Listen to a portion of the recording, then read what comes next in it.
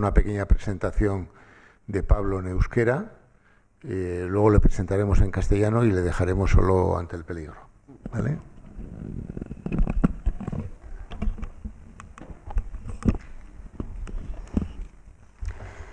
Pablo Ibáñezek 40 urtetik gora darama abokatu lanean. Aholkulari gisa ibili da hainbat udal eta konsejurentzat. Batez ere lan, zigor eta hirigintza zuzenbideko gaietan egin du lan.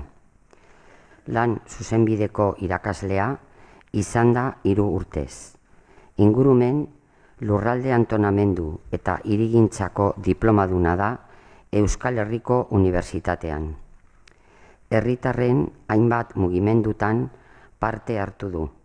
Ondore komuna defendatzeko, ustelkeriaren aurka egiteko eta memoria demokratikoa aldarrikatzeko. Bere funtsezko ezaugarrietako batzuk nabarmendu beharko bagenitu, zintzotasuna, sinesmenekiko leialtasuna eta erudizio handia bezalako hitzak jarri beharko genituzke gure hautan. Azken urteotan, dohainik, gure herriko justiziari buruzko ikastaroak eman ditu, Iruñeko herritarrei zuzenduak. Gaur egun erretiratuta dago, baina ez geldirik. Pablo, entzuten zaitugu eta zurekin itzuliko gara solasaldian.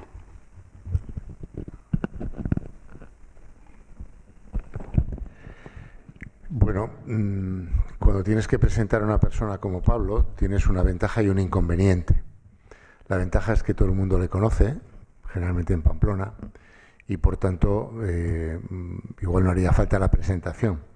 Y la dificultad es que, como te equivoques un poco, te van a pillar fijo, ¿vale? Entonces, bueno, voy a ver si no fallo mucho, y diría que Pablo Ibáñez es licenciado en Derecho y abogado ejerciente durante más de 40 años en Pamplona. Ha participado como letrado en todas las jurisdicciones y especialmente en ámbitos del derecho laboral, penal y urbanístico, asesorando a entidades locales. A lo largo de este prolongado periodo de ejercicio de su profesión, se ha enfrentado a un gran número de casos y todos aquellos que han estado cerca de él saben que pocos son los casos significativos que se han producido en nuestra comunidad en los que Pablo no haya intervenido. Es diplomado en urbanismo también y medio ambiente en la Universidad del País Vasco y a lo largo de 3 años ha sido profesor de Derecho Laboral en formación profesional. Ha participado en varios movimientos ciudadanos en defensa del patrimonio común, contra la corrupción y en reivindicación de la memoria democrática. Si tuviéramos que destacar algunas de sus características esenciales, deberíamos poner en nuestra boca palabras como honradez, fidelidad a sus creencias y una gran erudición.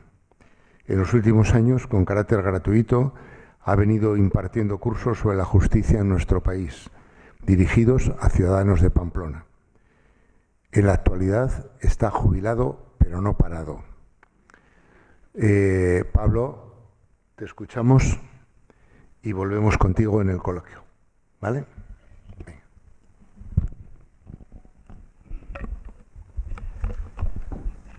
Bien, muchas gracias por esta amable presentación, de la que me siento un poco abrumado, la verdad. Sí que es cierto que muchos de los presentes me conocéis, pero bueno, en la vida de toda persona hay luces y sombras, y yo pues tengo motivos para estar orgulloso legítimamente en algunas cosas y en otras no tanto. Y hay que decir todo esto en honor a la verdad. Vamos hoy a hablar del tema de la justicia restaurativa y vamos a procurar hacerlo ofreciendo un panorama global de esta problemática, partiendo del análisis de los sistemas penales que ha habido a lo largo de la historia, con sus luces y sus sombras, de las diversas teorías del delito y de la pena, de las prisiones y de la rehabilitación de los presos y de lo que es ya más propiamente la materia de la justicia restaurativa. Antes que nada, debo agradecer a todos los presentes la asistencia a esta sesión a la que he sido invitado para participar en las tareas del foro. La oportunidad que generosamente se me brinda de colaborar en este espacio de encuentro entre diferentes sensibilidades para abordar temas de interés social, político o religioso, algo que es seña de identidad del Foro Gogoa, desde sus inicios, es algo que me parece un privilegio. Y no lo es tanto por lo que yo pueda decir o traer a vuestra consideración en lo que valga, sino por la oportunidad de reflexionar y dialogar con todas y con todos vosotros sobre un tema tan de actualidad, tan controvertido, tan cuestionado como lo es el de la justicia, desde sus diferentes ángulos y perspectivas. El Foro Gogoa lo hace posible y de ahí mi agradecimiento, esta vez dirigido al propio foro y a sus colaboradores y amigos. Si no existiera Foro Gogoa habría que inventarlo, pero como existe, eso que nos ahorramos. Una vez más, gracias. Y dicho esto, vamos a entrar en materia. Haciendo uso y valiéndome del tópico, comenzaré diciendo que no es fácil, y menos en estos momentos, hablar de la justicia y de los problemas que la acucian en nuestra sociedad. Y no es que con esta afirmación quiera curarme en salud, pues lo cierto es que cuando se aborda esta materia hay demasiado ruido, estrépito y furia. De un lado hay ignorancia, de otro intereses en juego no bien definidos, hay confusión en los conceptos, se confunde justicia con poder judicial o administración de justicia. Casi nunca se sabe de qué se está hablando. Opiniones airadas se interfieren en el quehacer diario de la justicia, entorpeciendo su funcionamiento e impidiendo un verdadero y auténtico debate social sobre los presupuestos de la justicia, su funcionamiento y su reforma. Existe demasiado ruido, demasiada furia, noticias cotidianas, estadísticas, tertulias, etc. Parece que fuera un caos organizado, o lo más parecido, en el que todos dogmatizan, pero a la vez nadie parece saber qué sucede o a qué atenerse, convirtiendo la legítima aspiración a la justicia en una pasión inútil y, como dijeran los clásicos, convirtiendo la balanza de la justicia en una especie de trasto inútil y sin el significado que simbólicamente posee. La mayor parte de los análisis que pudiéramos considerar como serios son extremadamente críticos hasta llegar en ocasiones al pesimismo y al desánimo, con la consiguiente pérdida de confianza de los ciudadanos, cayendo en un peligroso relativismo y en la apatía. Solo basta asomarse a los titulares de prensa para corroborar lo que estoy diciendo. Todos los conocemos. Como resumen de lo que estoy diciendo, citaré el contenido de una revista de la Asociación de Derechos Humanos de España. La justicia española camina hacia el colapso desde la escasez de recursos materiales hasta las dudas sobre la voluntad política del Gobierno para asegurar un poder judicial independiente. Todos son problemas mal resueltos. Referirse a la justicia en España es hacer un ejercicio de masoquismo que puede afectar a la propia esencia del Estado democrático instaurado por la Constitución. Estas palabras fueron escritas hace ya más de 40 años, pero fueron pronunciadas antes de ayer mismo. Podrían considerarse intemporales, pues se podría pronunciar sin perder contenido a lo largo de los últimos 40 años, lo que convierte los problemas de la justicia en una cuestión estructural, en un mal endémico que precisa urgente intervención. Nosotros hoy, modestamente, vamos a tratar de situar este debate en un aspecto muy concreto que es precisamente el que es objeto de esta aportación, aun a sabiendas de que nada de lo que aquí se diga será definitivo. El tema propuesto es el de justicia restaurativa, tema este sugerente y amplio que necesariamente hace que dirijamos nuestra mirada hacia los nuevos modelos de justicia que en el área del derecho penal se están haciendo presentes en nuestra sociedad desde hace ya algunos años. Ello hará que nos aproximemos al mundo de las prisiones, de la rehabilitación de los presos, de las penas alternativas, hasta llegar a la materia propiamente dicha de la justicia restaurativa, que tienen a las víctimas como protagonista. Todo ello como fruto o consecuencia de una política criminal que aborda la represión y la reacción ante el crimen y el delito desde unos presupuestos nuevos, en constante transformación, que pasan por establecer como nuevas premisas de la política criminal y del derecho penal la prevención de los delitos, la función rehabilitadora de la pena y la mediación penal junto al principio de mínima intervención que hoy empieza a regir prácticamente en todos los códigos penales. Comenzamos haciendo una breve historia del camino recorrido por el derecho, que nos ha traído hasta aquí, señalando los principales hitos y protagonistas de esta evolución. La historia de las penas es sin duda más horrenda e infamante para la humanidad que la propia historia de los delitos. La violencia infligida históricamente a través de la imposición de las penas es siempre violencia programada, consciente, organizada desde el poder, y esto es lo que ha hecho decir a uno de los juristas reformadores más importantes con los que contamos en la actualidad, que en demasiados casos, incluso en las democracias avanzadas, la violencia de los abusos políticos y punitivos supera en brutalidad a la misma violencia que tienen los delitos. Hay una larga lista de penas de enorme crueldad en los antiguos ordenamientos de Egipto, en Asiria, en Roma, etc. Por ejemplo, la muerte por espada, degüello, cremación, horca, cruz, despeñamiento, ahogamiento, empalamiento, hambre, lapidación, rueda, etc. Torturas diversas y atroces, todo ello como mínimo hasta el siglo XVIII, hasta tal punto que la guillotina fue considerada como un instrumento benéfico e igualatorio para el reo por su limpieza, por su eficacia y porque igualaba a todas las clases sociales. La fantasía humana ha resultado ser ilimitada, sin freno ni discriminación, y han sido aplicadas incluso a infracciones leves, como hurtos famélicos, pequeñas sustracciones, deudas, adulterio, estafas, falso testimonio, traición, herejía, injurias, lesa majestad y un largo etcétera. El absurdo llevaba a castigar con la pena de muerte a animales o familiares del reo, e incluso a amigos. Ley del talión, venganza y brutalidad extrema forman parte de ese fuste torcido de la humanidad del que nos habla el filósofo. Hoy ciertamente la situación ha cambiado, aunque siguen existiendo penas brutales como azotes, bastonazos, vejaciones y violencias extrajudiciales y, por supuesto, subsiste y se aplica en muchos países la pena de muerte. Hay que decir además que la historia del pensamiento jurídico no es menos vergonzosa y pocos pensadores han alzado su voz contra este estado de cosas hasta el siglo de las luces y la Ilustración. Hasta ese momento histórico rigió como justificación para los castigos más brutales la defensa social y la idea de amputar el órgano infectado, que era la manera en que se refería al reo.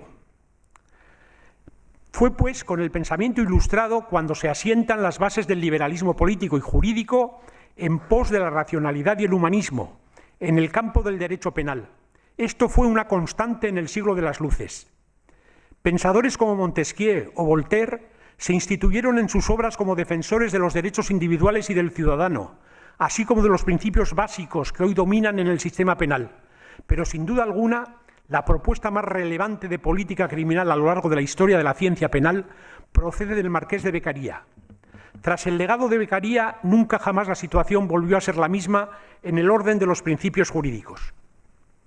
A partir de su obra, el delincuente fue considerado como persona, como ser racional, sujeto de derechos y obligaciones. Se limitó el arbitrio judicial, el juez pasó a ser un servidor profesional de la justicia. El sistema penal fue concebido como mal necesario, se pasó a combatir el delito de forma realista y no autoritaria, introduciendo en su funcionamiento principios básicos que aún hoy siguen nuestro proceso penal, como el principio de legalidad o el de seguridad jurídica. La función de la pena dejó de ser retributiva y puramente aflictiva, para pasar a ser preventiva, proporcional y más humana. Se opuso a la tortura, al carácter secreto en las actuaciones propias del sistema inquisitivo y, por el contrario, propone el principio de publicidad, la presunción de inocencia, el non bis in idem, entre otros. Se dio inicio a la mejora de los centros penitenciarios y al trato de los reclusos. La prisión fue pena por excelencia y la que acabó instaurándose y generalizándose como modelo de cumplimiento, que aunque ha ido variando, se ha mantenido en lo sustancial hasta nuestros días. Fue lo que se dice, y en este caso con toda propiedad, un giro copernicano, puesto que en el siglo posterior a la Ilustración los delitos ya no se castigaron al mismo tiempo de delincuentes, por ejemplo la brujería, ni se sancionan ya los mismos delitos con aquellas penas y suplicios tan atroces como los que dan cuenta la historia y la literatura. Esta es la época de la codificación, de la formulación de innumerables proyectos de reforma, en la que se formulan las nuevas teorías de la ley, del delito, al par que una nueva justificación moral respecto al derecho a castigar, al qué y al cómo. Por lo que toca al derecho penal, se inicia una nueva era que tiene sus claroscuros y sus retrocesos al compás de los vaivenes políticos, extremos estos que podemos comprobar perfectamente en nuestro país. En lo que nos concierne hay que decir que aquí se mantuvo, en lo que a la legislación penal se refiere, un caos notable hasta el siglo XVIII. Los textos legales de partidas y la novísima recopilación estaban en total desuso y el puro arbitrio de las diversas jurisdicciones, la real, la de señorío, la eclesiástica o la militar, era lo que primaba, promoviendo castigos arbitrarios, desproporcionados y feroces ante delitos nimios que hoy ni siquiera existen como tales. El influjo de Beccaria, cuyo libro hizo furor en toda Europa, aquí fue atacado, menoscabado y prohibido, pese a lo cual obtuvo una gran difusión entre los ilustrados españoles que tímidamente iniciaron algunas reformas que acabaron cuajando en las primeras modificaciones de una anticuada y cruel legislación, tortura, ejecución de penas, etc. Para abreviar, nos haremos cargo tan solo en este momento del modelo penal de la Segunda República, como el exponente de mayor desarrollo de los principios liberales del Estado de Derecho. Con ella se inicia un potente movimiento de reforma en las prisiones, en la legislación penitenciaria, se humanizan las penas. Se introduce como criterio la reinserción del penado, se suprime la pena de muerte salvo en la justicia militar. Se produce un reconocimiento explícito a los derechos de la mujer, suprimiendo el delito del adulterio que solo afectaba a la misma, etc. El franquismo y su nueva ideología de Estado supuso un notable retroceso, un nuevo modelo, esta vez autoritario, de política criminal. Se instaura y se ejerce sin moderación alguna la pena de muerte. Se endurecen sistemáticamente las penas con mayor número de agravantes, incluso los trabajos forzados o el trabajo esclavo, como se ha dado en llamar. Se incrimina el aborto, el adulterio, el amancebamiento. Se protege la honestidad de la mujer antes que la libertad sexual. La ejecución de las penas se caracteriza por la arbitrariedad y por el paternalismo. Pero con ser todo ello grave, hay que decir que el derecho penal experimentó en su aplicación y en su contenido un giro aterrador, con dos exponentes muy significativos. Uno de ellos, el psiquiatra y militar señor Vallejo Nájera, empeñado en una obra teórica y práctica dedicada a demostrar que los rojos degenerados eran el arquetipo del mal que había que extirpar, para lo cual, entre otras propuestas, todas ellas muy delirantes, proponía el restablecimiento de la Inquisición. Otra de las figuras más influyentes en la configuración del sistema penal franquista era el fiscal militar señor Acedo Colunga, cuya memoria, hoy publicada recientemente por unos historiadores, es un compendio de los horrores de la justicia aplicada en la España tras la guerra. En esta memoria no solo se desdeña expresamente a Beccaria, de quien se mofa directamente, sino que, al igual que el anterior, propugna, y esto es cierto, el restablecimiento del Tribunal de la Inquisición como modelo procesal penal de la justicia en España, reconociendo que su propia memoria fiscal tomó su inspiración de la praxis inquisitorial.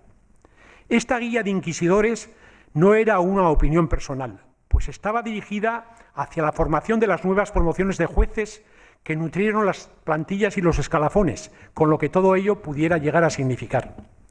En la misma línea se pronunciaron otros juristas de la época muy influyentes, que después ejercieron como destacados jueces o catedráticos de filosofía del derecho, en cuyas fuentes hemos vivido nuestra formación universitaria, como Legaz Lacambra, Conde, Sánchez Tejerina, autor de una fantástica tesis de delito ontológico. Retroceso, pues, muy importante, que el paso del tiempo fue dulcificando y que solo alcanzó una rectificación al abrigo de la Constitución del 78, en lo que se dio en llamar el Código Penal de la Democracia, que no llegó hasta el año 95. En esta nueva etapa y en un plano estrictamente jurídico, se fueron asentando y consolidando los nuevos puntos de vista en lo que concierne a los análisis de los delitos, de las penas y su modo de ejecución, en el porqué de las mismas y en su función rehabilitadora. En los orígenes del derecho penal, y en esto hay unanimidad entre los criminólogos y pensadores, la pena sustituyó a la venganza, y de hecho la historia del derecho penal y de la pena puede decirse que corresponde a la historia de una larga lucha contra la venganza de la sangre y de la ley del talión. Se han ido progresivamente prohibiendo los linchamientos, las ejecuciones sumarias, los ajustes de cuentas privados, y entre el ofensor y el ofendido se introduce la figura de un tercero que es imparcial y que es la autoridad judicial, la figura del juez, que nunca podrá albergar ni manifestar por serlo sentimientos de venganza.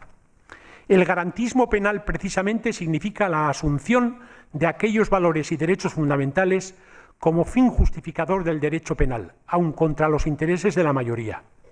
La pena, pues, es un mal que solo se justifica si produce un mal menor respecto de la venganza, y solo se justifica si el condenado obtiene de su aplicación el bien del que le sustrae a castigos arbitrarios, imprevisibles o desproporcionados. Ser consecuente con estos principios conlleva a alertar y prevenir contra el abuso de la prisión preventiva como reacción primaria de respuesta ante un delito, que siempre será supuesto, hasta que se juzgue lo que supone una condena anticipada, e igualmente conduce a concebir las prisiones como una institución de custodia cautelar de presos. En estos momentos podría decirse que el derecho penal está en debate permanente, en una profunda crisis que cuestiona sus contenidos, sus fundamentos y, desde luego, la eficacia preventiva respecto de los delitos. De cualquier forma, el progreso de un sistema político se mide, entre otras cosas, por su capacidad de tolerar conductas delictivas, previniéndolas sin medios puramente represivos y autoritarios, y con respecto a los derechos humanos de todas las personas y, sobre todo, haciendo desaparecer las causas materiales del delito. Desde esta perspectiva, las corrientes garantistas se plantean un programa de minimización del derecho penal, que empieza por exigir la abolición de la pena de muerte y la supresión de la cadena perpetua, y en nuestro caso, de ese eufemismo que se llama prisión permanente revisable, así como la progresiva reducción de las demás penas privativas de libertad. El argumento de fondo decisivo que impregna toda la concepción garantista del derecho penal es el principio moral del respeto a la persona humana, ya enunciado por Beccaria, lo que impone una nueva visión del delito y la pena, y desde luego una limitación fundamental a la cuantía y calidad de las mismas penas, lo que ya de por sí prohíbe las penas inhumanas, crueles, infamantes o degradantes. Vamos a adentrarnos ahora en el tema de las prisiones y de la rehabilitación de los presos. Llegamos entonces a ocuparnos del espinoso tema de las prisiones y de la rehabilitación de los condenados a sufrirla. Tema de permanente actualidad, generador de polémicas interminables, que está afectado por el populismo punitivo, por un lado, y por los evidentes esfuerzos por lograr una eficiencia acorde con los postulados constitucionales acerca de la finalidad de las penas privativas. Nos movemos entre los tópicos populistas relativamente frecuentes, tales como por una puerta entran y por otra puerta salen, o en la cárcel están como en un hotel de 5 estrellas, al deseo sin matices de que se pudran en la cárcel, o de que hay que cambiar las leyes, siempre para endurecerlas, por supuesto, a golpe de suceso macabro o de titular agresivo. En cualquier caso, muy lejos de las severas reflexiones y pensamientos de alguien como Concepción Arenal, de la que luego hablaremos, cuando decía aquello de abrid escuelas y se cerrarán cárceles, o el hombre que se levanta es aún más grande que el que no ha caído. Nada mejor que un rasgo de humor para introducirnos en el tema. En la película le llamaban Trinidad, el ayudante del sheriff le dice: ¿qué hacemos con el preso, sheriff? ¿Lo soltamos o lo ahorcamos? Aquí no se puede quedar todos los días comiendo. No era precisamente humor el lema penitenciario seguido en las prisiones españolas de posguerra, introducida por el director general de prisiones, don Máximo Cuervo, que decía que en las cárceles españolas se seguía la disciplina de un cuartel, la seriedad de un banco y la caridad de un convento. Hoy, desde muchos sectores, desde las ciencias sociales y de las ciencias jurídicas, se defiende introducir en el tratamiento y aplicación de las penas privativas una mayor humanización de las prisiones, que en todas ellas estén previstas actividades laborales, formativas y educativas, junto al mayor número de actividades colectivas de tipo recreativo y cultural. Desarrollando estas políticas rehabilitadoras, y hay ya algunas experiencias de las que brevemente daremos cuenta, se conseguiría en último término un apoyo eficaz a la progresiva abolición de las penas privativas y, desde luego, supondrían un freno a esa función pervertidora y criminógena de las cárceles que durante tanto tiempo han sido, y en buena medida hoy siguen siéndolo, escuelas de delincuencia. Ello supondría dar cumplimiento al artículo 25.2 de la Constitución y a la Ley General Penitenciaria, que recogen explícitamente que las penas de prisión y las medidas de seguridad estarán orientadas hacia la reeducación y reinserción social, y que además los condenados a prisión que estuvieran cumpliendo condena gozarán de los derechos fundamentales de toda persona. La sensación que se tiene, sin embargo, es la de que esto no es así, que la reinserción ha fracasado. Las razones que se aducen para ese fracaso son múltiples y van desde la carencia de personal, psicólogos, trabajadores sociales, educadores, funcionarios, personal sanitario, etcétera, a la evidencia de que es casi imposible realizar terapias educativas individualizadas. Se alega la permanente penuria presupuestaria, como denuncian las ONGs y los funcionarios, entre otros. Se denuncia masificación. En definitiva, se viene a denunciar constantemente el fracaso de la reinserción, aludiendo a la elevada tasa de reincidencia. Muchos de los presos están, sin duda, en una previa situación de exclusión social que la prisión contribuye a agravar, y el número de presos es excesivo.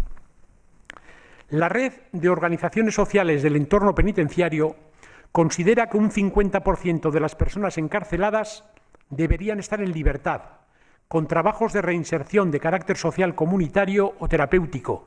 Cuanto más tiempo se pasa en prisión, más difícil es la reinserción, la siniestra expresión que tanto se dice que este señor es carne de presidio. En definitiva, la reinserción parece haberse convertido en un desideratum, en una aspiración utópica, y aunque figura como tantas cosas en la Constitución, no acaba de abordarse en una política y práctica coherente y transformadora por la estructura penitenciaria. En mi opinión, esta es una tarea pendiente, pero pensando con optimismo, considero que nuestra sociedad o parte importante de ella está preparada y en condiciones de abordar con sensatez este problema si nos ponemos a ello en serio. O dicho de otro modo, si nos creemos el artículo 25 de la Constitución como nos creemos otros artículos.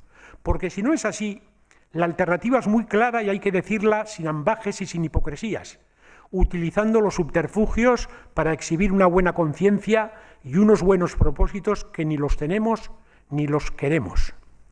En el ámbito internacional, el Pacto Internacional de Derechos Civiles y Políticos establece que el régimen penitenciario consistirá en un tratamiento cuya finalidad esencial será la reforma y la readaptación social de los penados, y las convenciones internacionales de derechos humanos jurídicamente vinculantes, así como las reglas y normas de las Naciones Unidas sobre prevención del delito y justicia penal, apuestan por esta postura.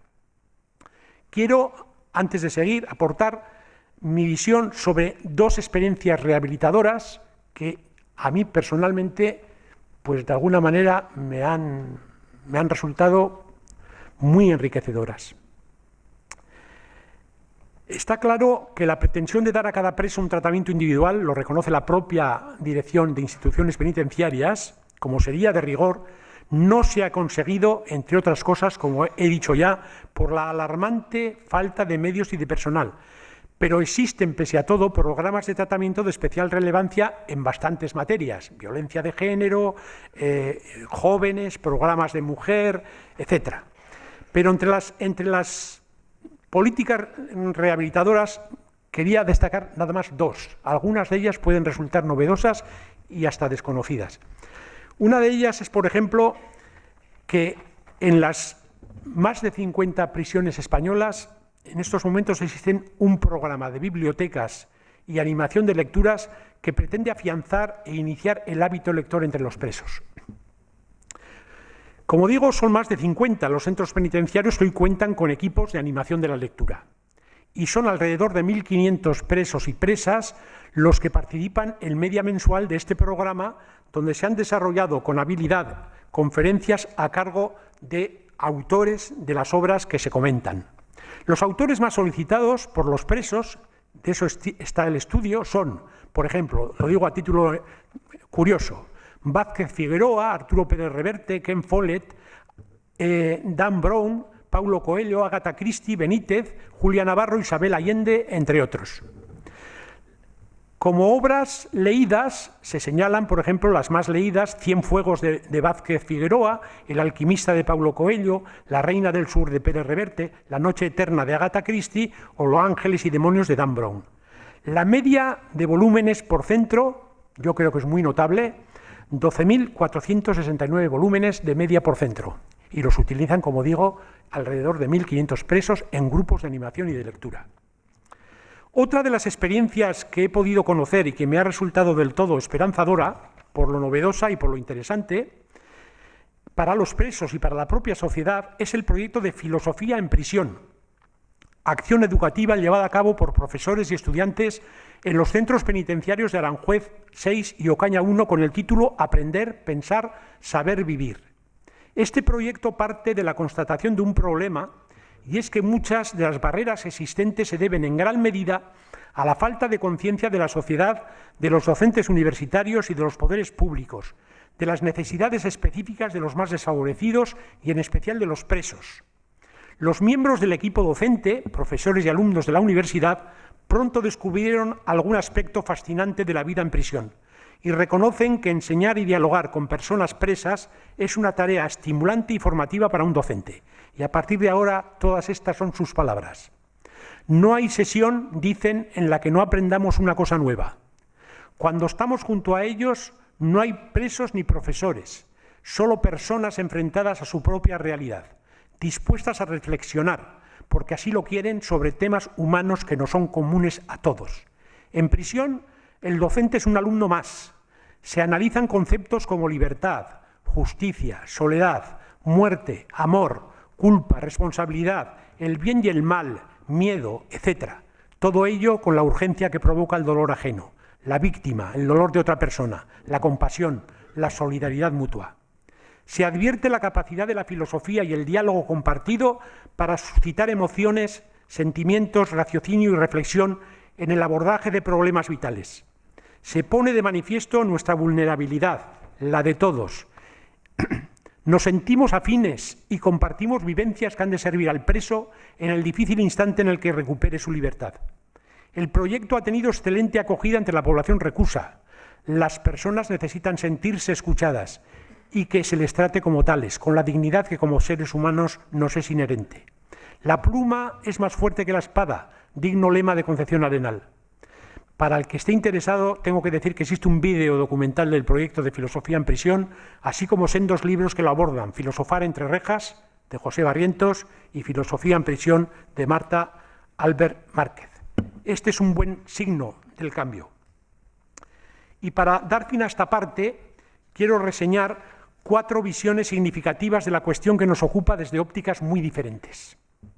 Se trata, en primer lugar, de una breve mención a Michel Foucault, cuyo famoso libro Vigilar y castigar, en 1974, supuso un auténtico hito entre penalistas y criminólogos y trastocó los conceptos tradicionales sobre delincuencia y sobre la función social de la pena.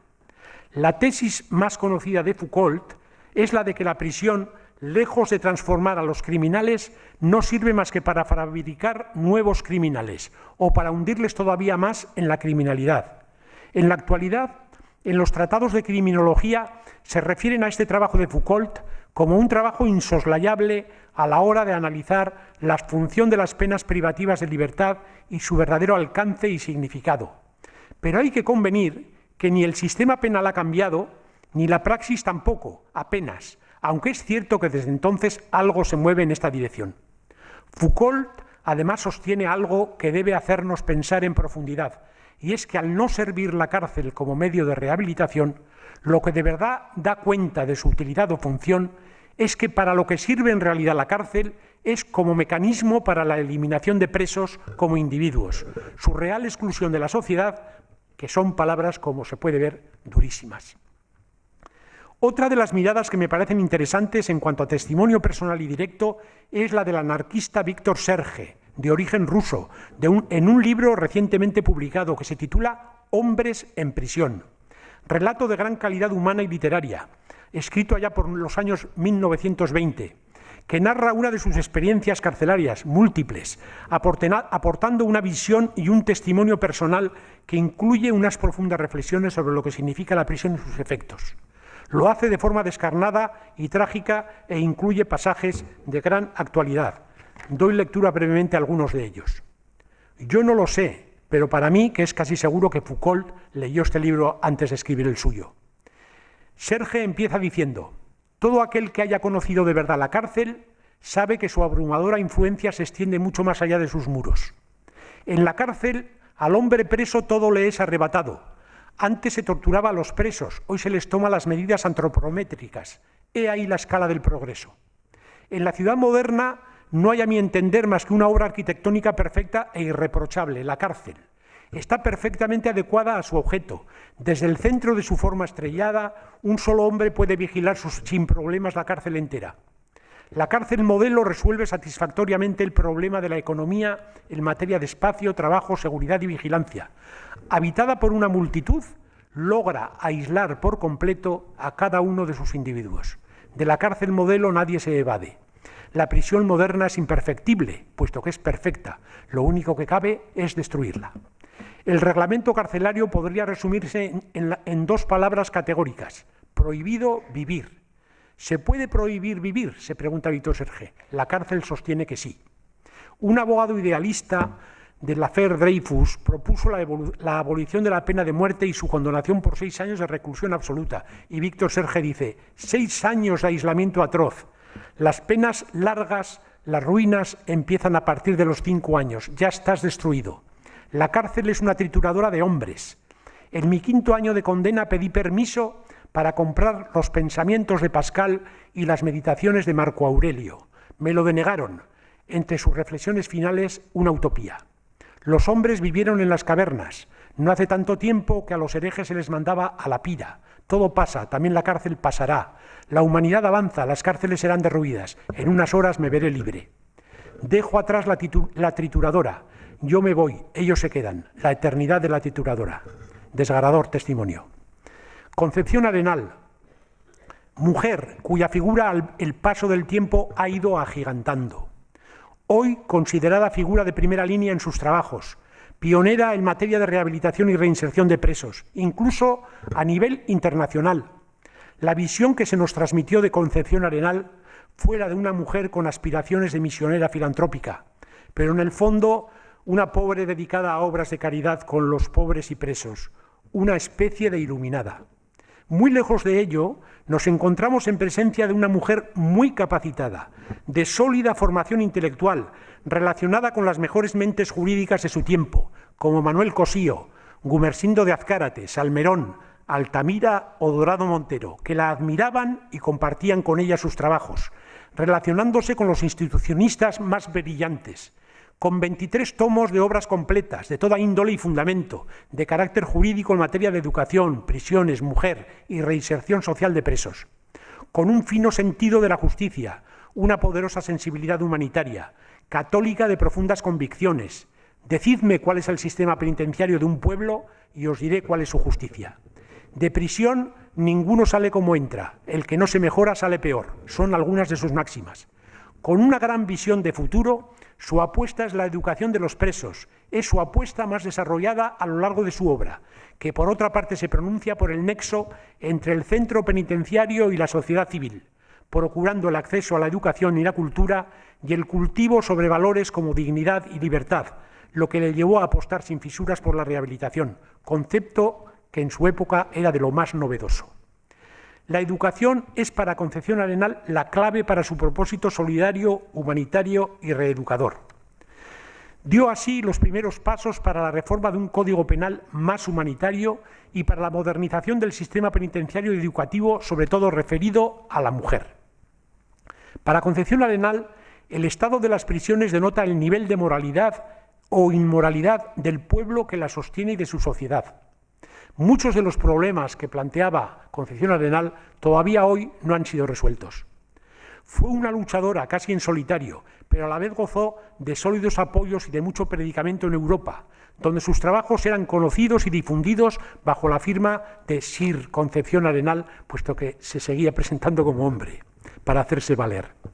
Sus frases acerca de la justicia habrían de grabarse en nuestras conciencias, como cuando afirma que desdichado el pueblo en que la última de sus necesidades es la justicia. Ella cobrará en lágrimas y en sangre el terrible crédito de las sumas que se le niegan.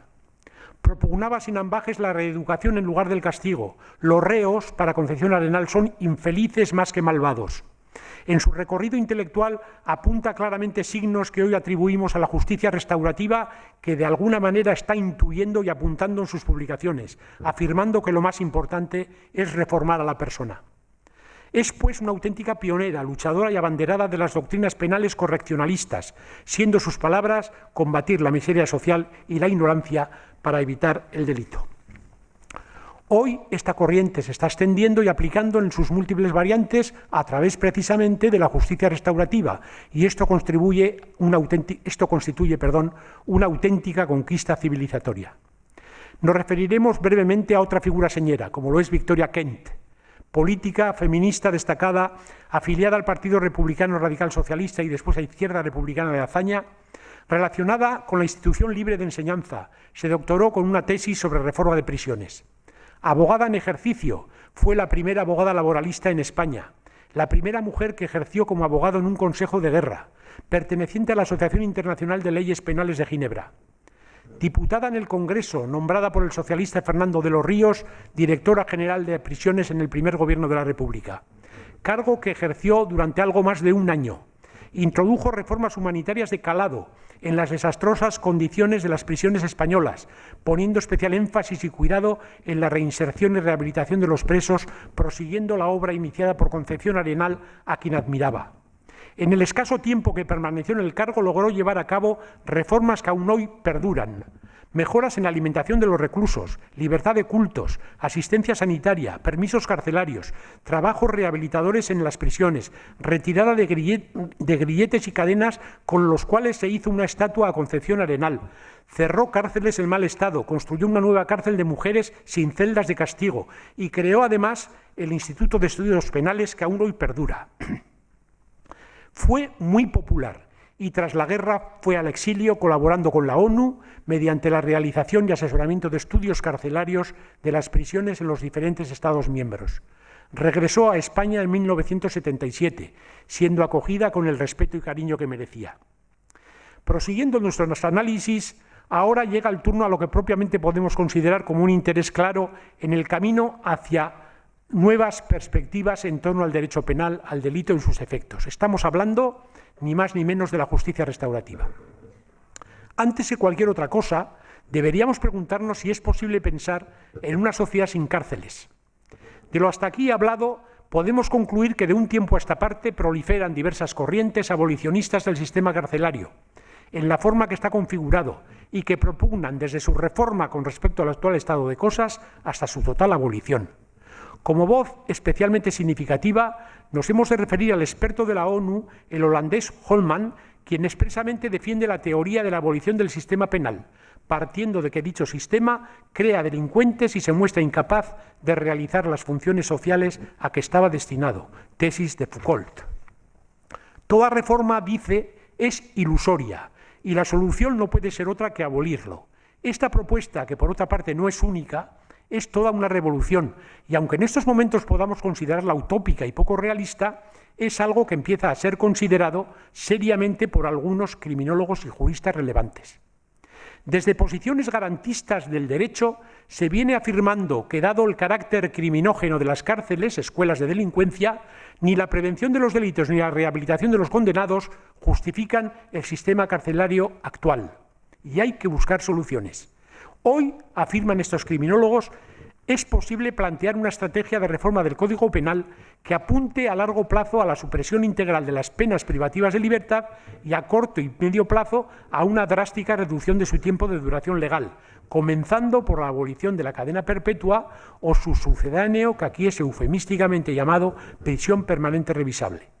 La cárcel es penosa, innecesaria e inútilmente aflictiva, consideran. No hay que confundir de todos modos esta cuestión con el proyecto de abolición o modificación de las penas, que son dos cosas muy diferentes.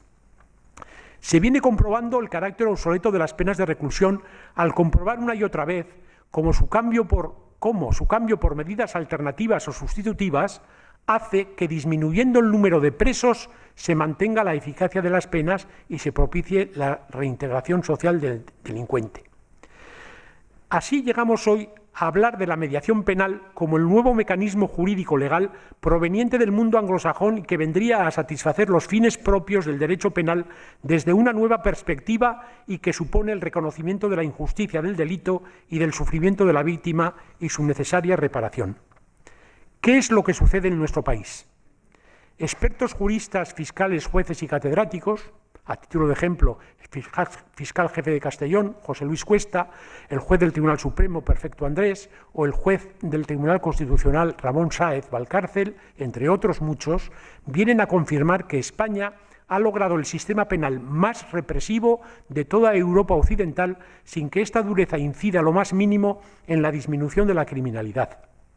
El tiempo medio de estancia en prisión en nuestro país se ha multiplicado por 2 en las últimas 2 décadas y hoy están 18 meses, el triple que las prisiones de nuestro entorno, el doble que la media de la Unión Europea y solo por debajo de países como Montenegro, Letonia y Lituania. Y esto mientras que la tasa de criminalidad española es bajísima, encontrándose entre las menores de la Unión Europea. Esto supone claramente un fracaso de la política criminal española, embarcada en derroteros punitivos muy de trazo grueso, populistas, pero ineficientes e innecesarios, sobre todo desde el punto de vista funcional y humano. La justicia penal no se debe centrar tan solo en castigar a los malos, sino que debe cambiar su mirada y transformar radicalmente esta triste realidad. Y este es el marco teórico, el contexto social y jurídico en el que nace a la vida del derecho e irrumpe a través de la mediación penal lo que hoy se conoce como justicia restaurativa, reparadora o terapéutica, que de todas estas maneras se la conoce, aunque no habría de ninguna forma que adjetivar la justicia, y que hoy se ha convertido en una especie de tercera vía alternativa al modelo tradicional fracasado de justicia retributiva y rehabilitadora. La justicia restaurativa tiene como eje principal y vertebrador en cuanto a concepto y contenido la significación de las víctimas cuyo sentido reside precisamente en el hecho objetivo de serlo, como consecuencia de la violencia injusta que con el delito les ha sido causada. Precisamente la primera y principal condición de las víctimas y lo que las caracteriza es que en cuanto a víctimas son del todo inocentes. Es un hecho inconcurso que para construir una convivencia pacífica y una sociedad más justa y cohesionada no se puede perder de vista ni pasar por alto la injusticia y el sufrimiento inferido a las víctimas, por lo que éstas, junto al agresor, del que luego hablaremos, forman parte esencial en cuanto a protagonismo de la justicia restaurativa. La gran novedad y la palanca que nos permite abordar en el plano teórico lo que hoy conocemos como justicia restaurativa es que las víctimas hoy se han hecho visibles, antes no lo eran. Su visibilidad consiste en haber logrado que su sufrimiento ante la injusticia del delito deje de ser insignificante. El hecho en sí reviste mucha importancia, pues la víctima, desde antiguo, ha sido siempre la gran olvidada del derecho penal. Siempre al margen, sin protagonismo alguno, era el testigo, el perjudicado. Hoy la víctima se ha hecho presente, reclama reconocimiento y justicia, y he aquí el verdadero signo de nuestro tiempo que se expresa bajo la confluencia de algunos factores que resumiremos en 2. Primero, es precisamente a través del derecho penal donde más y mejor se ha desarrollado la cultura reconstructiva o restaurativa. Es importante decir que lo que caracteriza al derecho expresado a través de esta cultura es la sustitución del vínculo entre justicia y castigo, que viene rigiendo por el vínculo de justicia y reparación de las víctimas, que es donde se centra directamente la atención, sin que de ningún modo eso signifique desentenderse del culpable, como luego diremos, sino tan solo de extender una mirada diferente a la seguida hasta ahora para establecer las prioridades de la justicia, más centrada en la reparación de la víctima que en el castigo. Un segundo factor que confluye decisivamente en esta cultura, más decisivo si cabe, es el nuevo concepto de memoria, como elemento interpretativo de nuestra realidad presente, que no puede pasar a las víctimas por alto. Memoria y justicia son sinónimos, como lo son olvido e injusticia, de forma que, como afirma Reyes Mate, sin memoria no hay justicia, y sin memoria no hay injusticia. Esta es, pues, la voz que irrumpe con fuerza desde el auge de los movimientos memorialistas, el visibilizar en primer plano a la víctima que exigirá justicia y reparación de su agravio. ¿Y esto qué supone? En primer lugar, reparación del daño causado en todo aquello que sea reparable. En segundo lugar, un reconocimiento público, pero también privado, de su condición de víctima, que se traduzca como tal en la esfera social, con la recuperación de su vida y de su ciudadanía. Y en tercer lugar, pero no el menos importante, lograr una reconciliación, lo que supone recuperar para la convivencia social a la víctima y al agresor, lo cual inevitablemente habrá de pasar por el reconocimiento del daño causado y la aceptación de la víctima de dicho reconocimiento. El agresor, en cualquier caso, habrá de enfrentarse crítica y responsablemente con la injusticia causada y habrá de enfrentarse con la propia víctima. La alternativa ya la conocemos. Derecho penal positivo puro y duro, pero esto, como ya lo sabemos también, ni mejorará la situación ni supondrá una auténtica sanación del daño. Y esta es una cuestión que, superando en mucho los límites del derecho penal, se convierte en el punto básico, central, de la justicia restaurativa. ¿Y cómo se plasma todo esto en la práctica y se hace realidad? ¿A qué supuesto se contrae? ¿Con qué requisitos? Lo primero que hay que decir es que en estos momentos existe un importante vacío normativo. Algunas prácticas referidas a la jurisdicción penal de menores y los protocolos de actuación en los juzgados y tribunales homologados por el Consejo General del Poder Judicial, con la intervención previa de jueces, algunos, fiscales, algunos, y abogados, los menos.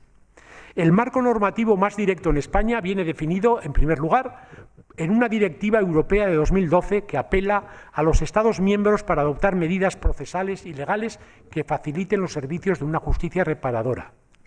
Y así se hizo constar en su momento en la legislación de menores, o en el artículo 15 del Estatuto de Víctimas de 27 de abril de 2015, que es donde mejor aparece definido en su versión legal el intento de justicia restaurativa y que en síntesis se basa y propone como requisitos los siguientes. Es lo que da carta de naturaleza a lo que son los principios que informan la auténtica justicia restaurativa. El reconocimiento de los hechos por el infractor. El consentimiento de la víctima tras haber recibido información exhaustiva e imparcial sobre su contenido, sus posibles resultados y los procedimientos existentes para hacer efectivo su cumplimiento. Que el infractor haya prestado su consentimiento. Que no existan riesgos para la seguridad de la víctima ni peligro para la misma de nuevos perjuicios materiales o morales. Que no esté prohibida por ley para el delito cometido. Confidencialidad y secreto profesional. Posibilidad de revocación en cualquier momento. Garantiza la participación activa y decisiva de la víctima en el proceso penal y su objetivo proclamado es reparar el daño, minimizando los traumáticos efectos del delito en lo moral. No se trata de acabar con la administración de justicia tal y como la conocemos, sino más bien al contrario, se trata de fortalecer el sistema de justicia existente al aumentar las posibilidades de que la persona infractora pueda reintegrarse socialmente, disminuyendo la delincuencia y garantizando la reparación del daño a la víctima. Como afirma el magistrado Pascual Ortuño en su libro Justicia sin jueces, la justicia restaurativa y el desarrollo de la mediación penal implica repensar los fines del sistema penal y el papel y prácticas que venían desempeñando los juristas, inmersos todos ellos en una cultura puramente punitiva. Un acuerdo de reparación entre víctima y agresor en nuestro procedimiento penal podría acarrear algunas consecuencias, evidentemente, en el orden punitivo, tales como, por ejemplo, la imposición de penas atenuadas por la apreciación de atenuantes muy cualificadas, la imposición de penas no privativas de libertad, la fijación de modelos de inejecución de pena de prisión. En otro orden de cosas, es del todo necesario incluir una reflexión acerca del victimario. Su posición dentro de la justicia restaurativa, que no es fácil, al ser su actitud y su postura respecto a la víctima y su responsabilidad, determinantes del objetivo pretendido, que no es otro que la reconciliación más allá de los efectos penales que de dicha reconciliación se puedan derivar. Es precisamente en las experiencias de la injusticia donde más intensamente se siente convocada la condición humana y donde ponerse en lugar del otro hace surgir la compasión. Como dice el proverbio, 2 montañas nunca se juntarán, pero 2 personas sí. Se ha dicho, y yo creo que es cierto, que casi todo lo que sabemos del prójimo es de segunda mano. Solo el acercamiento y el diálogo, cuando es aceptado y demandado, hace posible el conocimiento mutuo. Donde no hay diálogo, no puede haber conocimiento, ni puede surgir la compasión, uno de nuestros mejores atributos inherentes a la conducción humana. Reconocer al otro y el sufrimiento causado es del todo necesario para la reconciliación.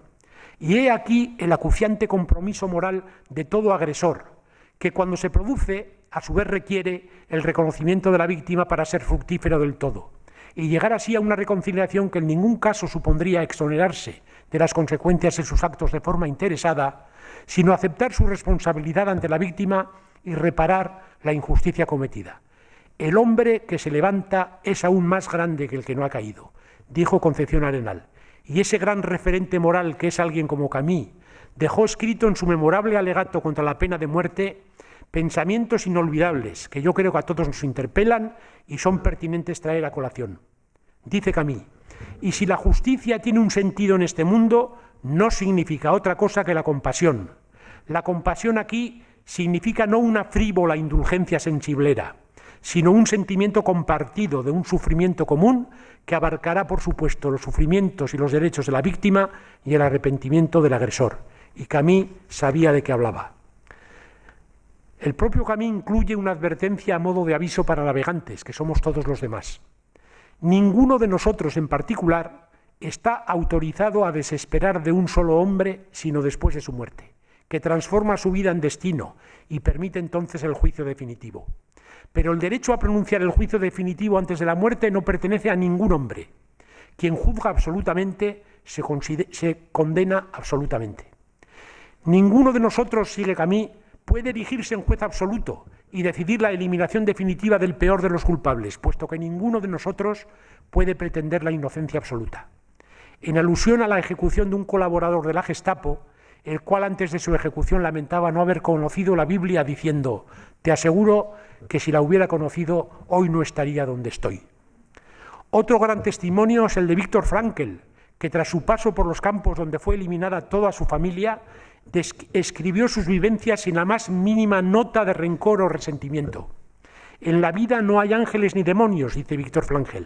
Los límites son difusos, buenos y malos. La bondad se encuentra incluso entre los que merecen ser condenados. De lo que se trata es de tomar conciencia de la responsabilidad personal que nos atañe, de elegir por qué, de qué y ante quién nos sentimos responsables. Solo cada persona es responsable de juzgar su propia vida. He aquí nuestra seña de identidad como seres humanos. Si víctima y victimario se reconcilian, ello evidentemente debe ser reconocido por la sociedad y debe tener consecuencias en el ámbito del derecho penal, cuyos límites serían superados por una real y efectiva reconciliación en justicia. Y este es el objetivo de la justicia restaurativa y es a su vez nuestra aspiración como ciudadanos hacia una convivencia más respetuosa, más solidaria y más constructiva y, en definitiva, más justa. Vamos ya terminando haciendo una somera referencia a la nueva legislación acerca de la memoria y reconocimiento a las víctimas que, aunque no reconoce explícitamente la institución de la justicia restaurativa, sí que participa de los criterios que cabe atribuir a esta justicia. En primer lugar, nos hemos de referir a la Ley Estatal de 19 de octubre del 22, Ley de la Memoria, hoy en vigor, de memoria democrática, como la más representativa, sin perjuicio de reconocer el enorme mérito de la legislación autonómica en diferentes comunidades, entre ellas la de Navarra, que de forma pionera se inició en Cataluña en el año 2007. El conjunto legislativo, tanto estatal como autonómico, aborda la materia planteándose como objetivo de memoria las víctimas, los principios de verdad, justicia y reparación, y se estructura partiendo de una definición de víctima como sujeto de derechos que abarca las distintas situaciones propias de tal consideración de manera precisa y particularizada. Uno de los fundamentos que en la propia ley se menciona como tal es precisamente el propio de la justicia restaurativa, en la propia Ley de Memoria Democrática, estoy diciendo, y por ello esta es la visión que predomina y define el articulado de la ley, que pese a todo ha merecido acerbas críticas desde algunos sectores memorialistas. Otro tanto cabe decir del importante acervo legislativo que hace mención a otras violencias, que se aborda igualmente desde esta perspectiva: abusos policiales, abusos sexuales, legislación de víctimas del terrorismo, etc.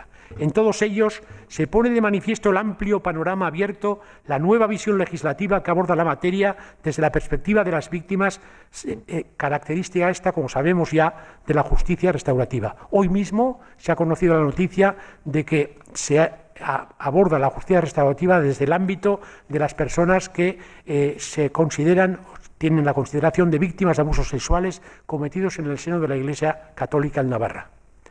Esto nos introduce y nos lleva directos a hablar muy brevemente de la Ley Foral de Justicia Restaurativa. Esta ley, que es de carácter totalmente pionero en el Estado, se debe al último gobierno de Navarra, a la consejería del consejero Santos, Eduardo Santos, que se configuró desde el departamento una ley que fue aprobada por el mismo y que abre un camino en materia de justicia restaurativa del todo prometedor. Espero que se materialice y se haga realidad a nada que venga acompañada. Tiene muy poco desarrollo, puesto que se aprobó, está recién aprobada, se aprobó en abril. Y creo que es merecedora de acogida entre los sectores profesionales, jueces, fiscales, profesionales del derecho en la práctica profesional. Esta ley es de fácil lectura. Está publicada en el BOE de 4 de abril de este año, consta de un preámbulo y 53 artículos, entre los que resaltaremos el artículo 3º, que alude a los principios rectores del proceso, que más o menos coinciden con los que acabo de leer, y a los artículos 20 a 25, que regulan las principales técnicas restaurativas, en concreto los círculos restaurativos. Es la primera ley en esta materia y esperamos que no sea la última, que regule esta nueva concepción de la práctica de justicia que venimos comentando. Nos marca el camino, nos sitúa en un enfoque novedoso que es esperar se consolide y fructifique. Hay motivo para la esperanza que así sea, pero habrá que insistir, porque las praxis sociales, las ideas consolidadas, así como las costumbres, no se modifican solo a golpe de ley. Se precisa de una gran energía y determinación que solo la convicción y la perseverancia pueden alcanzar, y se precisa del concurso de todos los intervinientes en el proceso restaurativo y, desde luego, de la implicación de la sociedad, para la que la ley foral adopta mecanismos de participación. Dentro del programa que nos habíamos marcado, se decía que se iban a proponer algunas propuestas, tal y como se me fueran ocurriendo, en relación con la mejora de algunas prácticas de la justicia y de los problemas que hoy la rodean. En encuestas bien recientes se establece con claridad el deterioro que en la Administración de Justicia viene produciéndose a la vista y consideración de la ciudadanía, en clara progresión en los últimos años. Se considera a la justicia lenta, el 72%, sin recursos suficientes, el 79%, precisada de reforma urgente, el 80%. Además, el 84% opina que todos los gobiernos han tratado de controlarla y que los jueces reciben presiones políticas, el 66%. Así lo establecen encuestas encargadas desde el propio Consejo General del Poder Judicial y desde el propio Centro de Investigaciones Sociológicas, el CIS.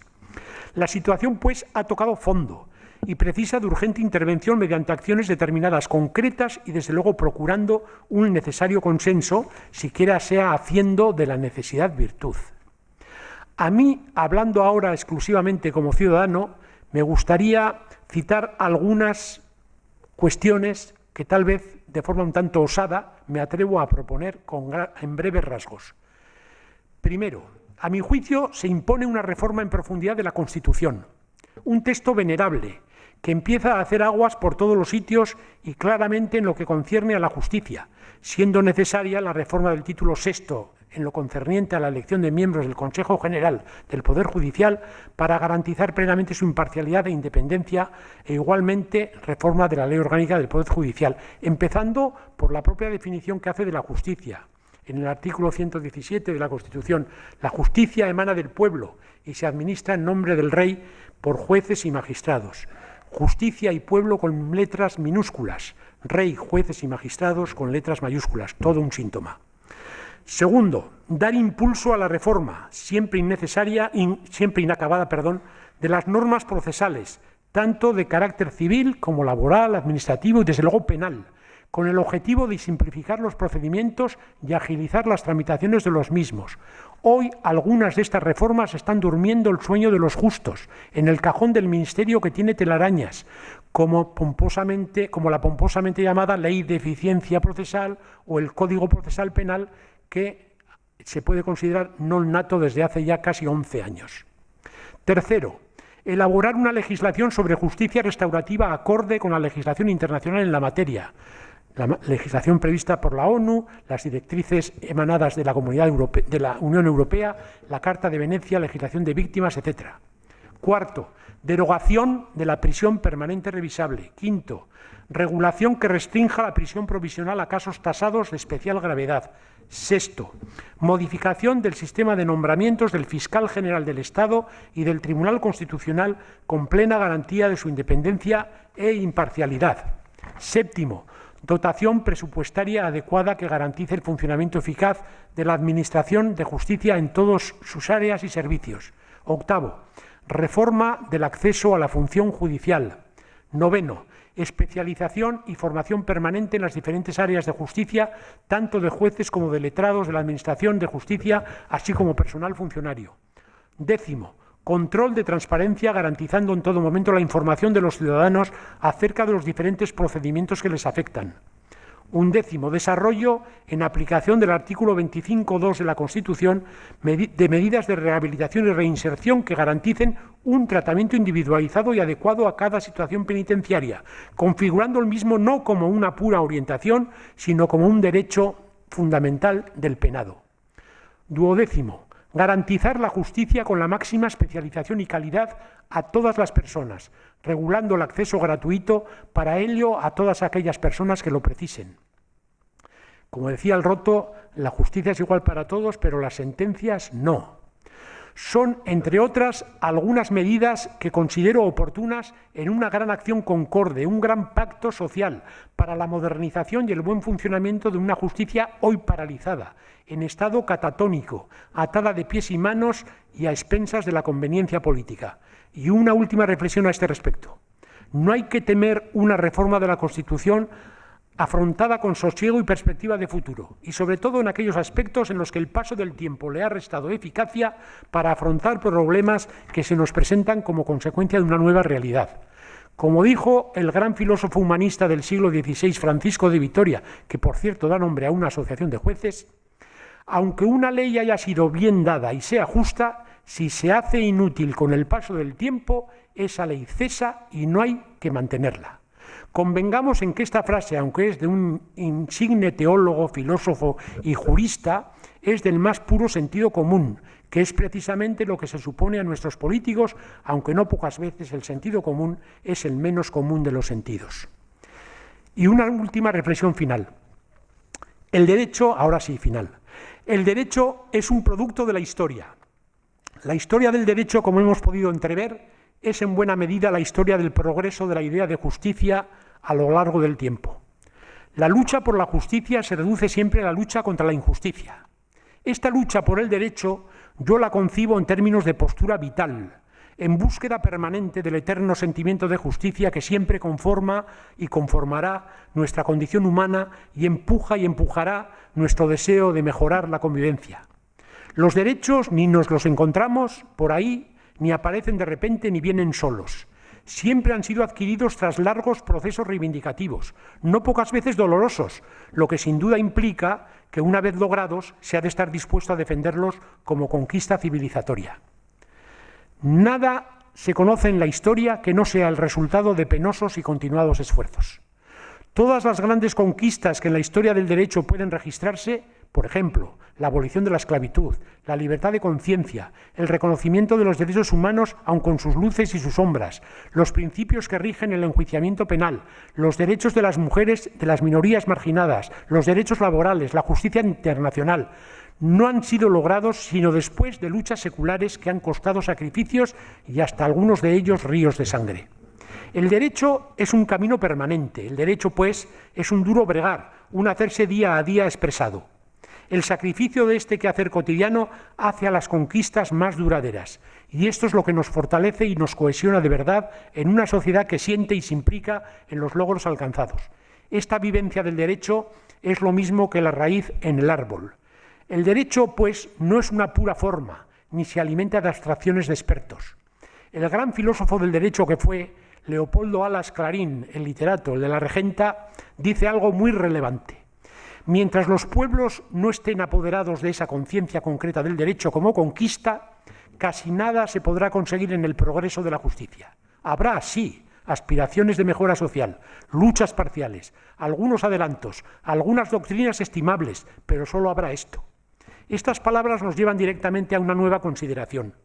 En medio de la sombría realidad que nos muestra la justicia en su día a día, se alza esperanzada una sólida certeza.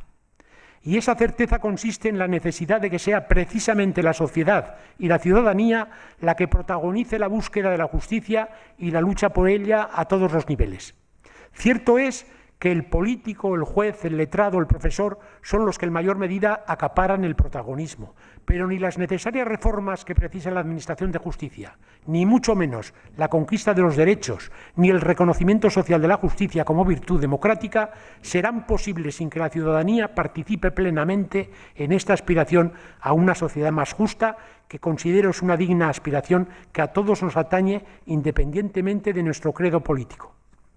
Los ciudadanos yo creo que no están, o mejor, no estamos de acuerdo con una justicia puramente convencional, ritual y formalista, hecha de retales, llena de miserias de que dan cuenta en nuestra cotidiana realidad.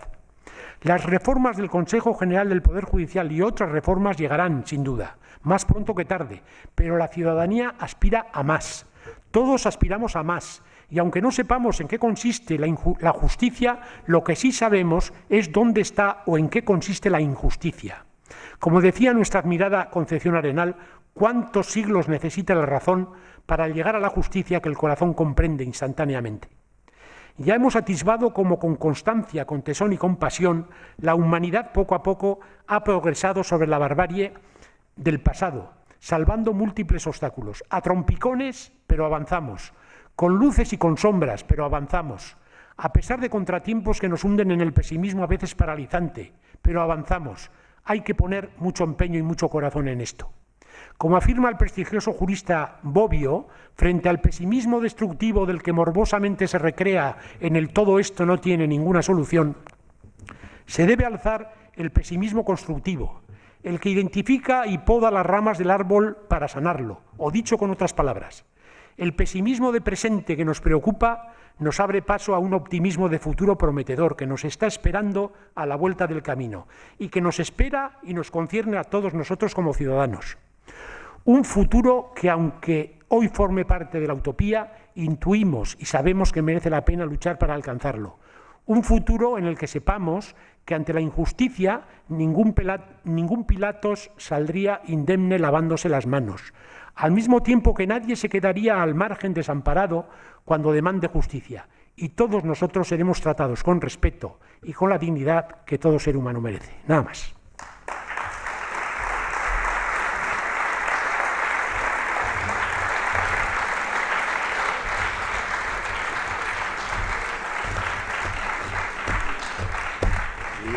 ¿Cómo andamos ahora? Bueno, parece que tenemos mucha tarea por delante. Bueno, pasamos al coloquio. Yo os animaría a participar porque creo que hay muchos temas encima de la mesa, pero sobre todo os voy a pedir un favor. Me gustarían preguntas concretas, directas, porque hemos venido a escuchar a Pablo. Para hablar entre nosotros tenemos otro escenario, que es la reunión postconferencia del próximo martes, ¿no? Pero sobre todo ahora aprovechemos el tiempo que nos queda para hacerle preguntas concretas, cortas, y que Pablo nos aclare las dudas. Levantar la mano, por favor, el que quiera hacer una pregunta allí. Roberto.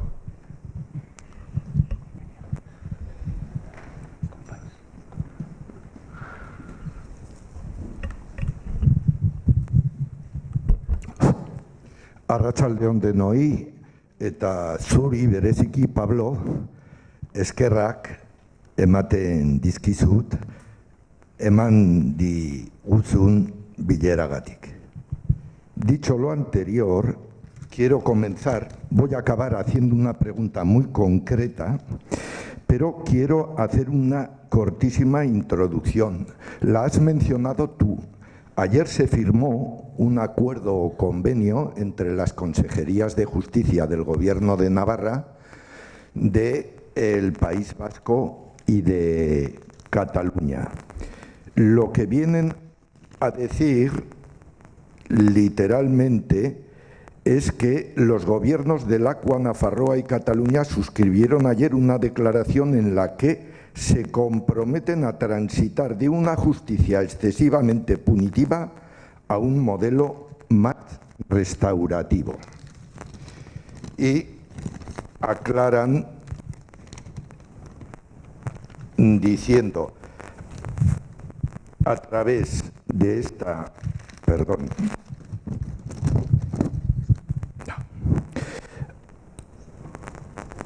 a través de esta iniciativa se pretende hacer justicia. Hacer justicia hoy pasa por prestar atención a las necesidades de las víctimas y al objetivo de la reinserción de los responsables del delito. Creo que coincide con lo que tú brillantemente nos has explicado en tu conferencia.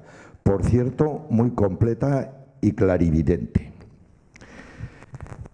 Dicho esto, firmado por el Gobierno foral y por su Consejería de Justicia, que lo he leído cuando pensaba venir a la conferencia en la prensa de hoy, concretamente en El Gara, he pillado también otra noticia de hace 6 días, esta del Diario de Noticias, en la que el Gobierno foral pide el cese de Miquel Anza como coordinador de lectura. Covite denuncia que varios ayuntamientos colaboran con el escritor y exdirigente de ETA en libertad de 2019. En principio, discrepo de la petición de Covite porque entiendo que Miquel Anza, sin perjuicio de sus responsabilidades y de su trayectoria, fue detenido, fue acusado, fue juzgado, cumplió la condena y jurídicamente está ya libre de toda imputación o exigencia, al menos desde el punto de vista jurídico.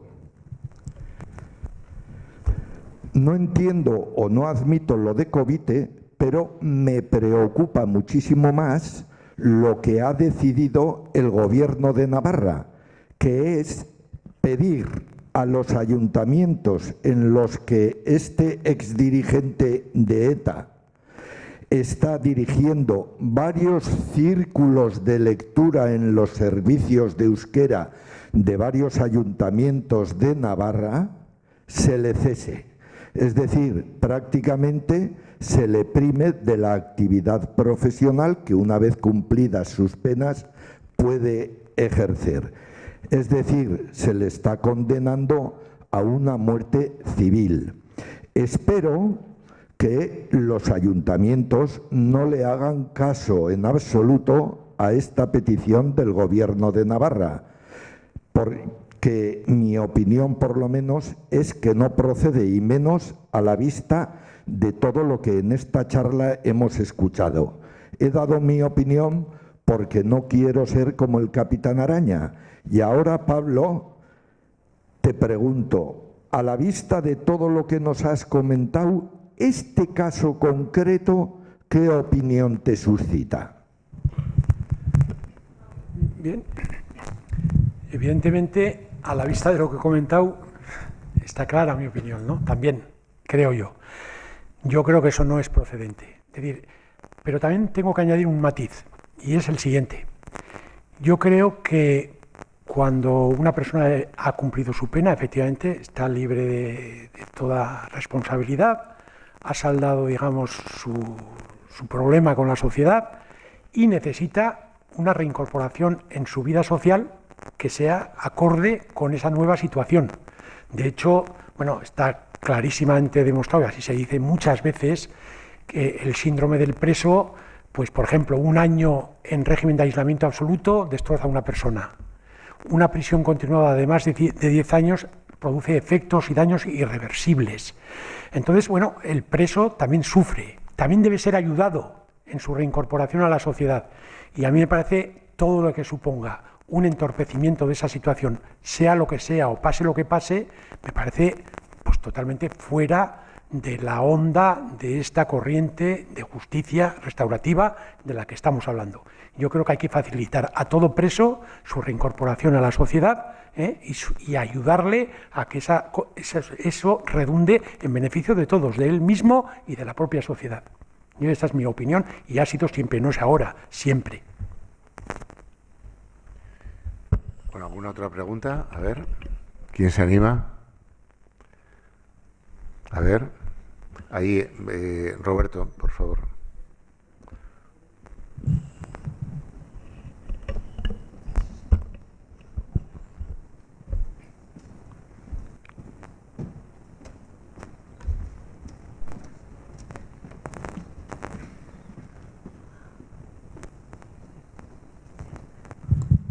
Kaixo Arratsaldeon, yo también te voy a pedir una opinión muy sencilla. Que nos hagas, por lo menos a los ignorantes, aclararnos sobre la ley y los efectos de la ley del sí es sí. Porque lo que hemos reconocido, lo que hemos sabido y lo que sabemos sobre todo de esta ley es que es fundamentalmente punitiva. Y que todo lo que se ha explicado sobre ella es que hay 1.000 condenados que han rebajado su pena, más de 1.000 condenados que han rebajado su pena y que hay 100 y pico señores o señoras que han salido de la cárcel. Bien, yo en esa materia tengo que expresar mi opinión, que también la tengo y en alguna otra ocasión también ya la he mantenido, y es que la ley del solo sí es sí, conocida así, la ley, a mi modo de ver, es una buena ley. Era buena ley ya desde sus inicios, antes de que fuera reformada. Esa ley ha tenido un problema sustancial y básico, y es que no supo explicar el tema de las penas que aplicaba o estaban previstas en esa ley. No lo supo explicar. No se supo hacer pedagogía de la misma. Y entonces, al no saberse hacer esa pedagogía, fue fácil la acusación, esto está hecho para soltar a los violadores y para no sé. Bien, yo personalmente, y eso, bueno, creo que coincidiremos todos, nunca jamás he visto en el movimiento feminista el deseo de que la gente se pudra en la cárcel, de que los violadores se pudran en la cárcel. Todo lo contrario. He visto todo lo contrario. Por lo tanto, no es que sea la aspiración del movimiento feminista ver al violador en la cárcel. Ciertamente tiene que responder de su conducta con las penas que están previstas, etcétera, etcétera. Pero no es no es ese el interés prioritario que el movimiento feminista ha mostrado siempre ante la violencia sexual ejercida. Entonces, esta ley tuvo ese problema de entrada.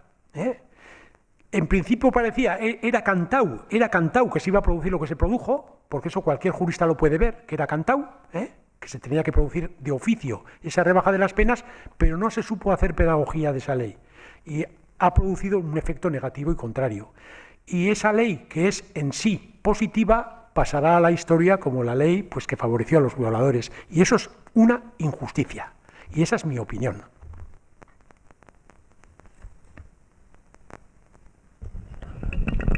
¿Alguien más se anima? Yo pienso que la ley tiene un problema y es la falta de apoyo dentro de lo que son periódicos, revistas, televisión, etc. Yo siempre me preguntaba, a raíz de esta ley, si un condenado a 11 años se le rebaja a 10 años y medio, Roberto, ¿qué pasa? ¿Que ese medio año que se le rebaja es lo que evita que esa persona se rehabilite? No, ese medio año que se le rebaja no supone realmente nada. Eso es una anécdota en la cuestión. Ha habido rebajas que son puramente simbólicas, de semanas y de meses, ¿no? O sea que eso no afecta nada ni a la rehabilitación ni a ninguna otra causa. Entonces, bueno, pues ese es el problema que ha tenido esta ley. No se ha sabido vender bien, perdón por la expresión vender, no se ha hecho pedagogía, no se ha explicado lo que son las penas, lo que suponen las penas, lo que supone la rehabilitación, los objetivos auténticos de la ley. Y entonces, bueno, pues al no saberse explicar eso, es una ley que ha estado expuesta a cualquier tipo de agresión que viene pues desde la prensa sensacionalista, el tópico, por una puerta entran, por la otra salen, pues es lo de siempre. Y ese es un gran problema que tiene, no esta ley, todas las leyes tienen realmente ese problema. Las leyes penales, me refiero, que modifican, que por cierto, es una vergüenza que tengamos un Código Penal del 95 que fue pomposamente llamado de la democracia, yo creo que en plan muy retórico, y que ha tenido más de 40 modificaciones en este tiempo. No sé, o sea, se legisla a golpe de acontecimiento, se improvisa constantemente y así no puede haber efectos duraderos, ni puede haber una política criminal seria, ni puede haber una política de ejecución de penas seria, porque estamos sujetos al albur pues, de una modificación que surge. Hay un asesinato aquí, pues, prisión permanente revisable. Así no se puede funcionar. La legislación tiene que ir por otros derroteros. Tiene que ser técnica, tiene que ser acorde, tiene que ser sosegada, bien elaborada y desde luego por juristas que sepan lo que hacen y lo que se traen entre manos, ¿no? Y esa ley no se supo explicar. O no se quiso, bien. A ver, ¿alguna pregunta más? Pablo, ¿hay alguna experiencia de casos de violadores que hayan hecho justicia restaurativa con sus víctimas? ¿Hay algo sobre eso? Está prohibida, es el único caso en el que está prohibida la justicia restaurativa, en los delitos de violencia sexual. Está prohibida por ley. El Estatuto de Víctimas lo dice, las directivas internacionales también lo recomiendan que no se practique, aunque en esto hay un muy serio debate teórico y doctrinal. Yo, por ejemplo, soy de los que pienso de que todo tipo de delitos, incluso los más graves, debieran ser objeto de las prácticas de justicia restaurativa, siempre partiendo de esos principios que hemos dicho: la voluntariedad, la confidencialidad, la posibilidad de apartarse en cualquier momento del procedimiento, etcétera, etcétera. O sea, y desde luego previa una amplia información de las víctimas, pero precisamente ese delito está excluido. Gracias. ¿Quién más? ¿Quién se anima más? Allí, Roberto, por favor. Al fondo.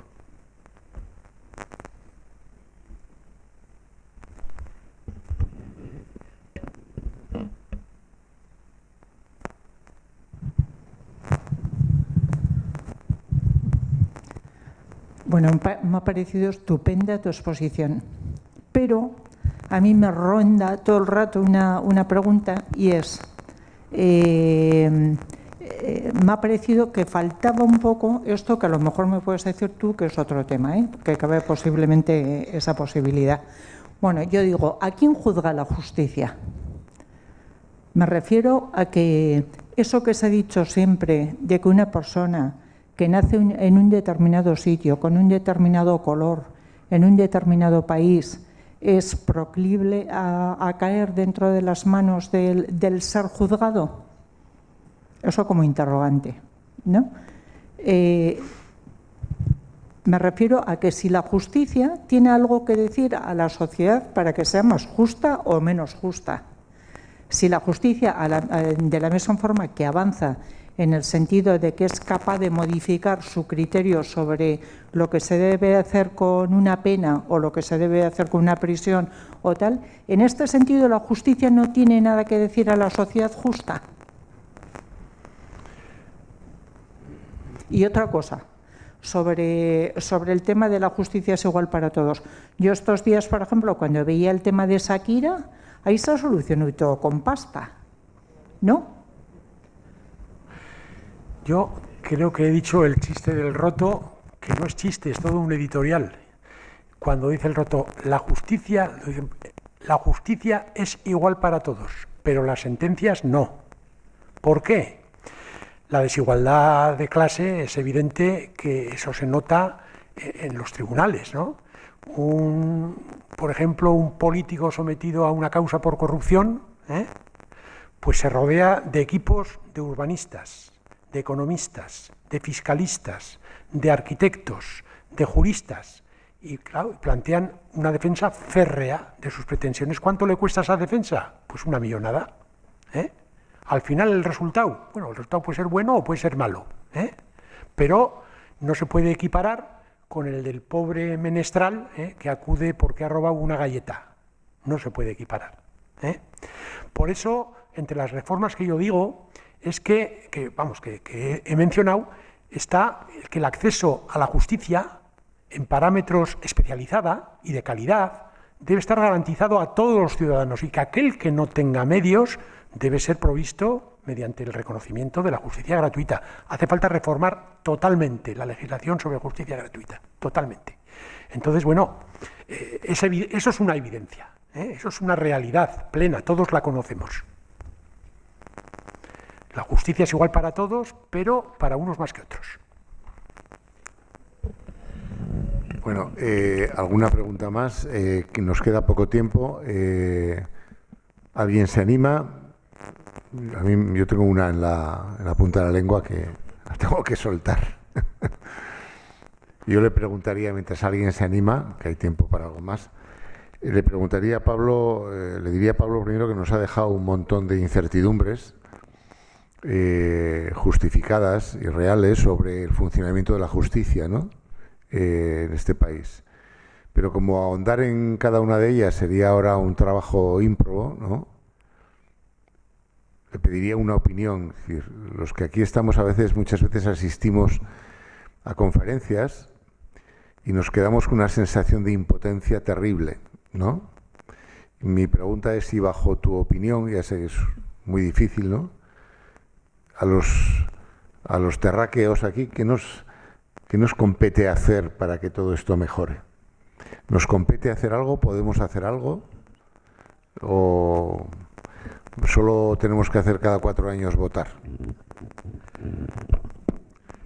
Yo soy de los que pienso que siempre se puede hacer algo, siempre hay que hacer algo y siempre se puede hacer todo lo que se puede hacer en cada momento y siempre. Es decir, que todas las iniciativas en pro de una participación ciudadana, he dicho antes lo que decía Leopoldo Alas Clarín, sin que la gente esté totalmente involucrada de que este es un derecho fundamental que nos atañe a todos, y eso es el propio ciudadano el que lo ha de sentir así, ¿eh? La Constitución habla de la participación del ciudadano en las tareas de la justicia y, por ejemplo, la máxima expresión de eso ha sido considerada la ley del jurado. No solamente es eso. La ley del jurado es un apéndice más. La justicia restaurativa también incluye entre sus técnicas los círculos restaurativos de la sociedad. Precisamente es uno de los aspectos de la justicia restaurativa que conviene destacar.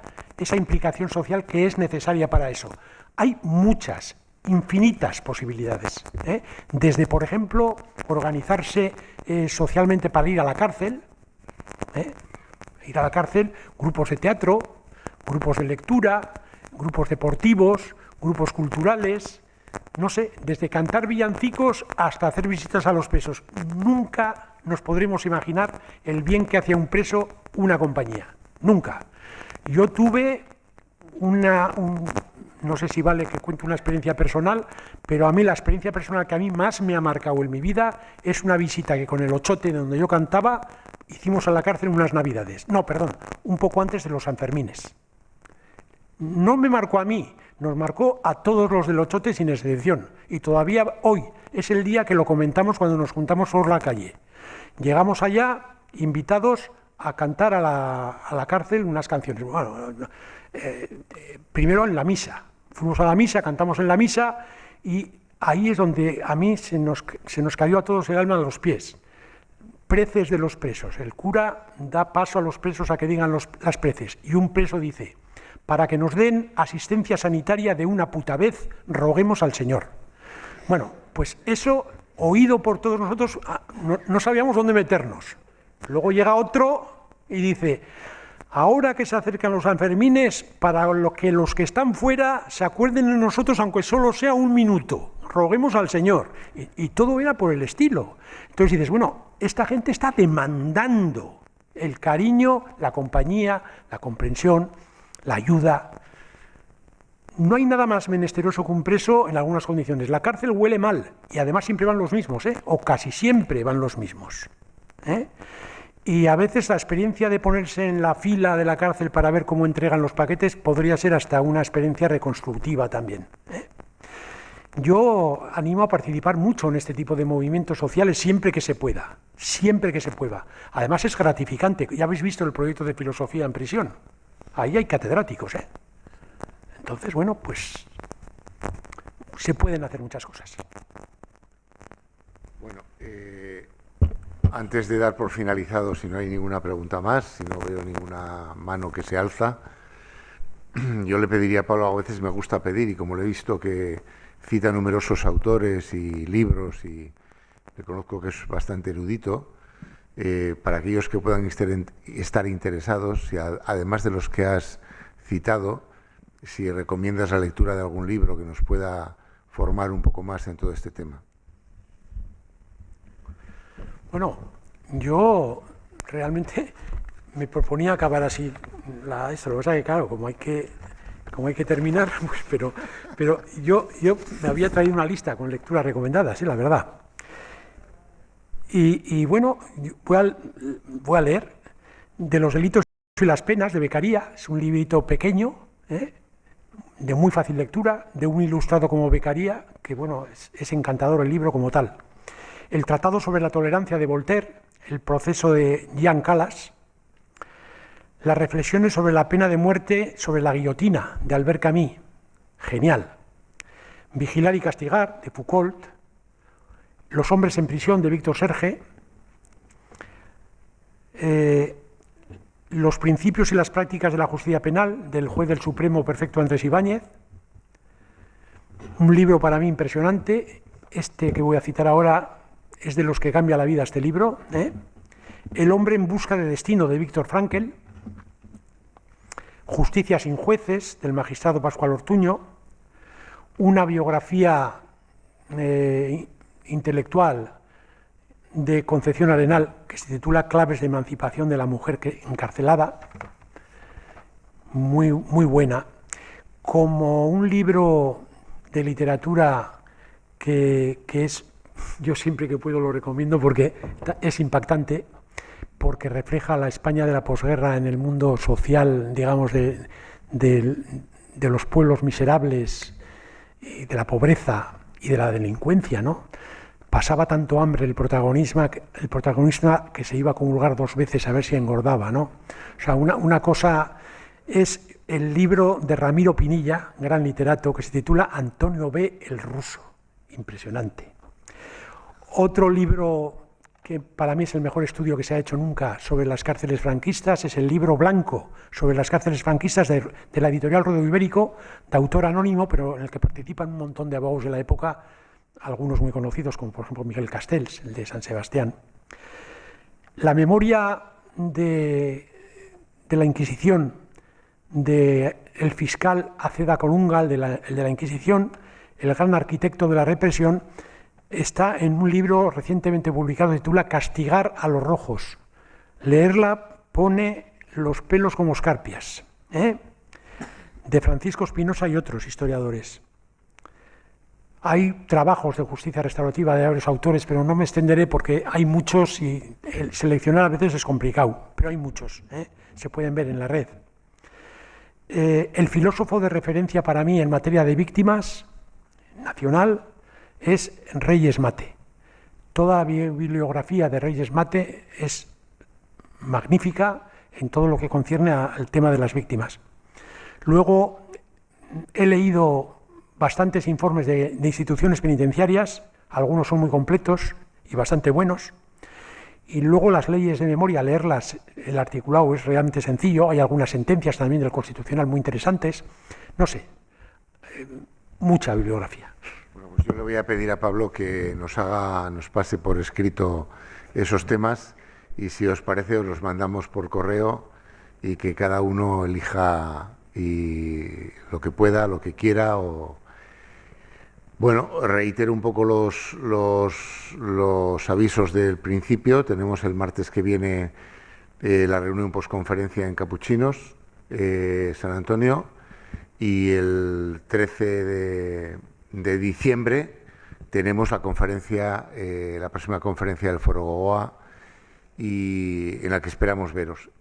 Muchas gracias a todos y os pido un aplauso para Pablo.